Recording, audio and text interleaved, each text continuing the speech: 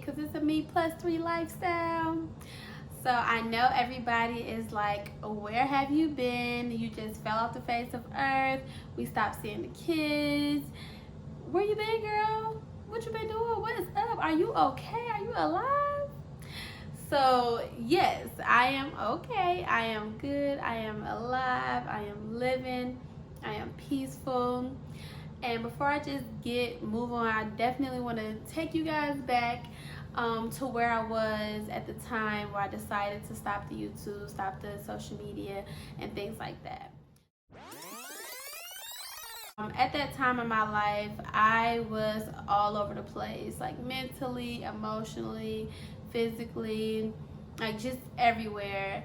I was in a relationship with my kid's father for about 4 to 5 years, on and off. Of course, we had 3 kids together, and the things that I dealt with in the relationship, I pretty much suppressed it for a long time, and I came up with this habit of distracting myself from thinking. So whether it was like doing anything, if I was up, I had to be doing something, or anything that I can do to distract myself from thinking, that's what I did. Of course, over time, it started to take a toll on me. I connected back with a friend of mine who I will later tell you about that. And he started to, talk to me and ask me a lot of questions and dig deep. Of course, it was uncomfortable for me because, for one, nobody likes to deal with things that makes them uncomfortable. And then, like I said, I created a habit of distracting myself from thinking. And when this person made me think, I didn't like it. But also with giving me, honest and holding me accountable for certain things, to where it's just like, listen, if you want to be the mother you want to be, if you want to succeed, if you want to strive and be a better person, a better woman, you have to deal with these things and move past it, because you think that you are healing and you're doing good, but you're really not, because you haven't faced all these things that you're going through on the inside. I agreed. I'm like, you're right. It was, of course, difficult. And so then that's when I made the big decision, because every day I always strive to be a better mother. And so one thing that I realized, that YouTube was taking away a lot of my time from my kids, because the editing. It's just me at my house, and so me and the kids. And so editing took away a lot of my time, and I didn't like that. One, the YouTube was my first thing, like, okay, I'm gonna stop the YouTube. Then it moved to social media, like, okay, social media is taking too much of my time as well.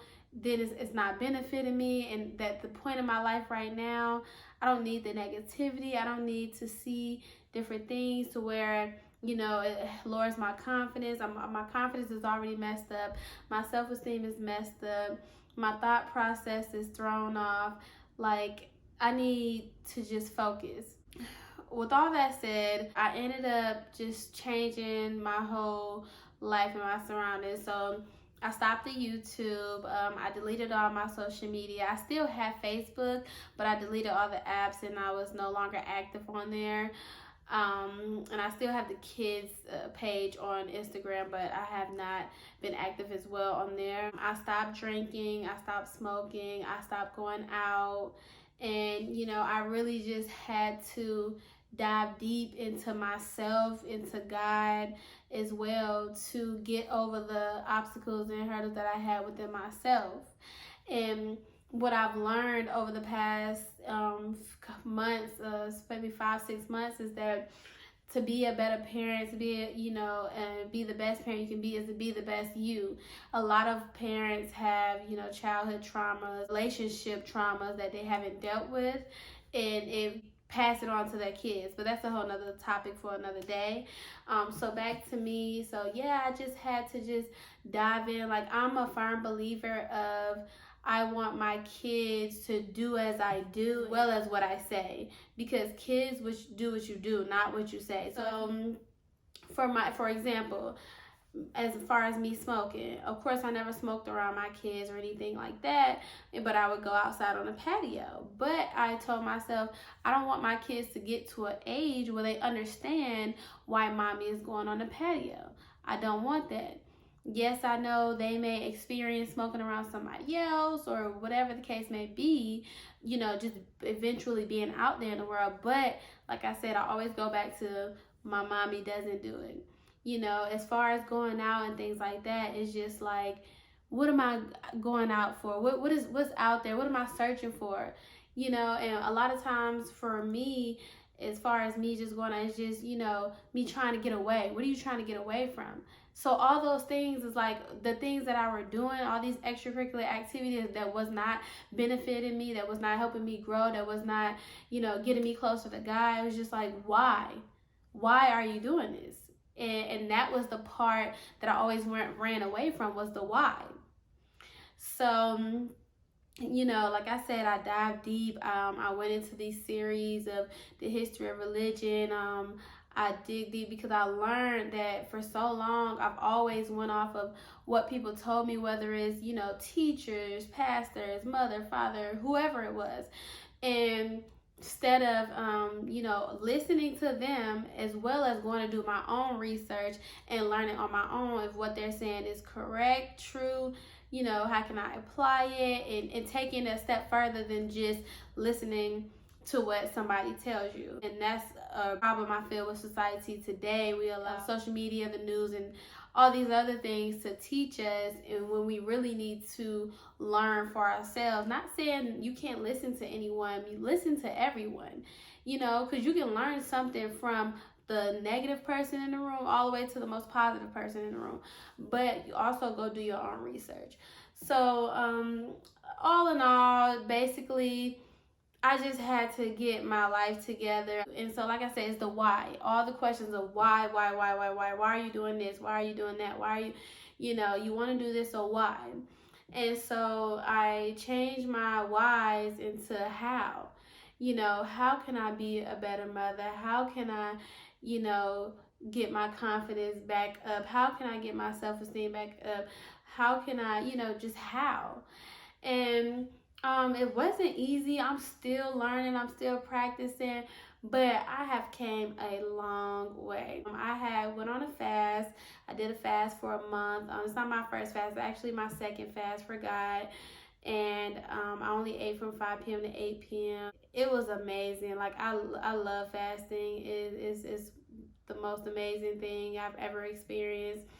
And I can't thank God enough. Thank you, Jesus. Thank you, God. Like, it is so, you know, wonderful. You feel it on the inside, so at peace in your spirit. And so I did a fast, and then next thing you know, I got promoted, and then, you know, I had a better schedule. You know, everything had started to come together.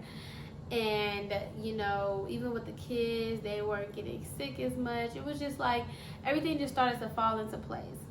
And I was just so thankful. And that's one reason why I thank God for everything I went through in my relationship, because it makes me oh so humble. Like, I've always been humble, but I feel like if I didn't go through that, I would kind of be, you know, a little more judgmental and less humble than I am. But because I went through what I went through, like, I thank God for the littlest piece of gum, paper, whatever it is. Like, I'm so thankful with everything in me. But I just wanted to give you guys a background of what's been going on. So now my new plan is I am gonna get back on YouTube. Yes, I know you guys miss me. I miss you too. I have some new things coming. So I'm gonna be vlogging here and there, and I'm also gonna have Miss Whitaker's classroom. So as you all know, I've always sit down with my kids. I teach my kids. I'm old school. I love that one-on-one time. My kids love that one-on-one time. And I make up these songs and learn different things, you know, color, shapes, days of the week, months of the year. And so I want to start doing a like Miss Whitaker classroom where you can tune in and your kids can watch, you can take some tips. And I will tell you guys, like, all I buy is like educational things, especially with me having a child with Down syndrome. My oldest son Aiden, he needs a lot of things to help him with his fine motor, gross motor, communication. The biggest thing I think is spending time with these kids. A lot of these kids just want time and not sitting by your child and just playing on your phone. No, that one-on-one time. Like, my kids love homework because I don't even think it's the fact of just learning. It's the fact that they know it's mommy and me. You know, mommy and Aiden, mommy and Heaven, mommy and Haley. On another note, I just want to give you guys, I know you haven't seen the kids in a while, so I just want to give you guys like an update on everyone. So let's first talk about Aiden. Aiden is 4 now. He'll be 5 in August. Aiden is starting to talk more. He's such a big brother. He loves his sisters. Like, if he accidentally hurts them, or he feels so, you can see it in his face, he feels so bad about it because he loves his sisters. He's such a great big brother. And he's just, like I said, starting to communicate more. And he's just growing up. He's so big and solid. And so Aiden is wonderful, doing great. And so then we have Heaven. Heaven is still bossy mama. She is my mother. I always say, Mommy, put your shirt down. Tell you to put your seatbelt on. Mommy. And it's so crazy because, of course, yes, that's me. I've always been bossy. But just seeing yourself, honestly, like, I look at my kids like they teach me, and I look at them, and when they mimic what I do and what I say, I'm like, that's how I react to certain things. That's how I do. And Heaven is the main one who shows me myself, because one, she's, you know, she talks the best and communicates the best, and you know, she is just so me, is crazy, is funny and annoying at the same time sometimes. But yeah, Heaven is boss. She's so smart. She loves to learn, and she loves to tell everybody what to do.